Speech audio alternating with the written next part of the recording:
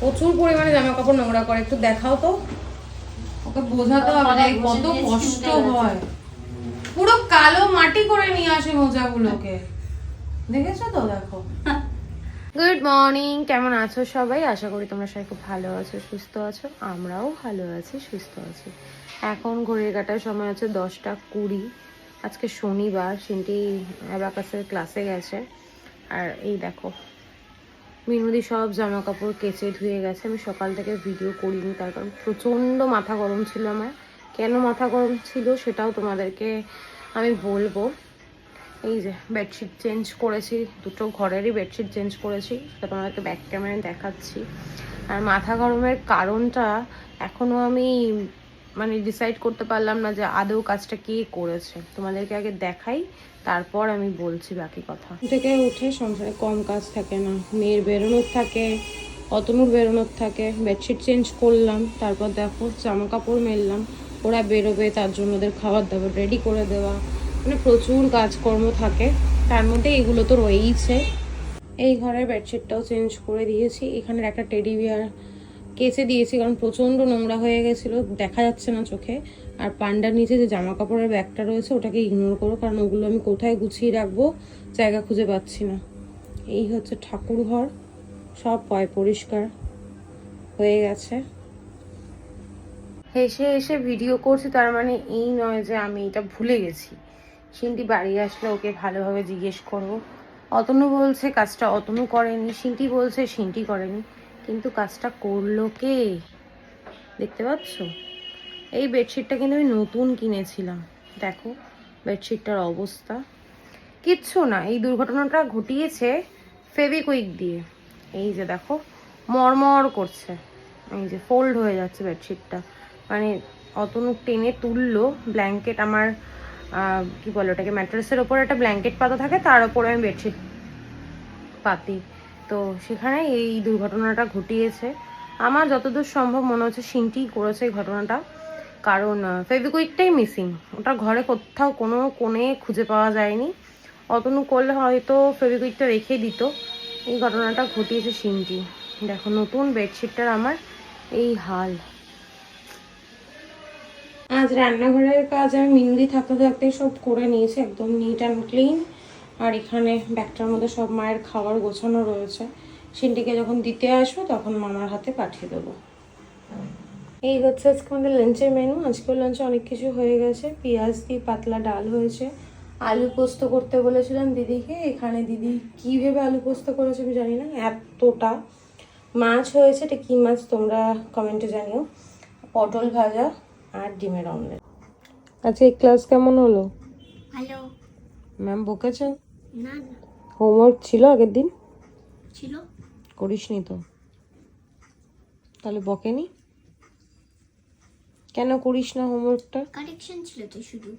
ও, তাড়াতাড়ি খাওয়াটা কমপ্লিট কর। দেখ বাবু, ব্লু কি সুন্দরভাবে টুকটুক করে খাবারগুলো খাচ্ছে। এই দেখ কি সুন্দরভাবে নিয়ে নিল মুখে। একটা শেষ হলে আবার আর একটার পিছনে যাবে। কি ভাল লাগে দেখতে। এখন 3:25, আমার এত দুঃসাহস, ঠান্ডা লেগেছে তারপরও স্নান করে দেখো ফ্যান চালিয়ে রেখেছি, কারণ গরম লাগছে।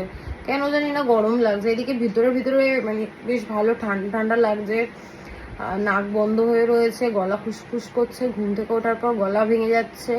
গলার একটা সমস্যা তো আমার রয়েইছে, যে ঘুম থেকে ওঠার পর গলা ভেঙে যায়, কথা বলতে পারি না ঠিকভাবে কিছুক্ষণ, প্রায় ঘন্টাখানেক মতো গলা মানে আওয়াজই আমি ঠিকঠাকভাবে বের করতে পারি না।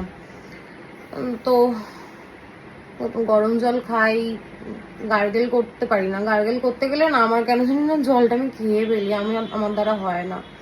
যাই হোক, সমস্ত কাজ কমপ্লিট করে পুজো দিয়ে এই একটু বসলাম।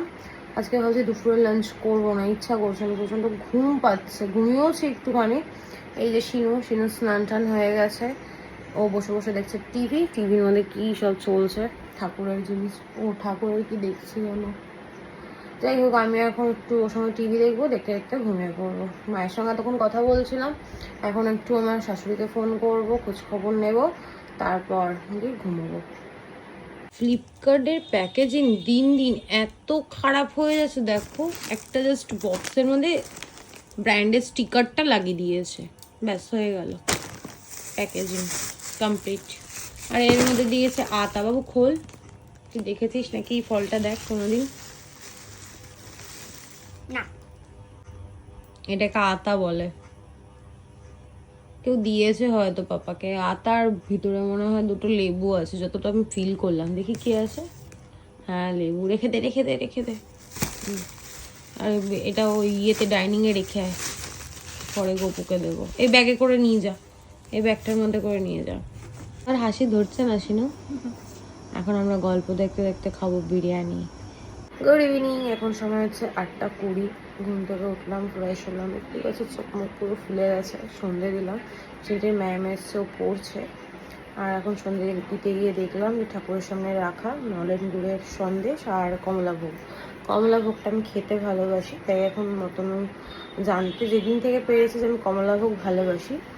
আর তারপর ছানা জিলিপি, তারপর কালো জাম টাইপের, এইরকম টাইপের যে মিষ্টিগুলো, সেগুলো আমার খুব ভালো লাগে। মানে বেশ কড়া মিষ্টি আমার খুব ভালো লাগে খেতে। রসগোল্লা তো আমার শুধু আমাদের এখানে কল্পনা সুইটস ছাড়া কোথাও কারো মিষ্টি আমি খাই না, সে যত ভালোই হোক না কেন। আর আমাদের রিসরার নাম করা দোকান আছে একটা, ভুলে যাচ্ছি আমার নামটা, খুব ফেমাস দোকানটা, ওইখানে মিষ্টি ছাড়া খাই না।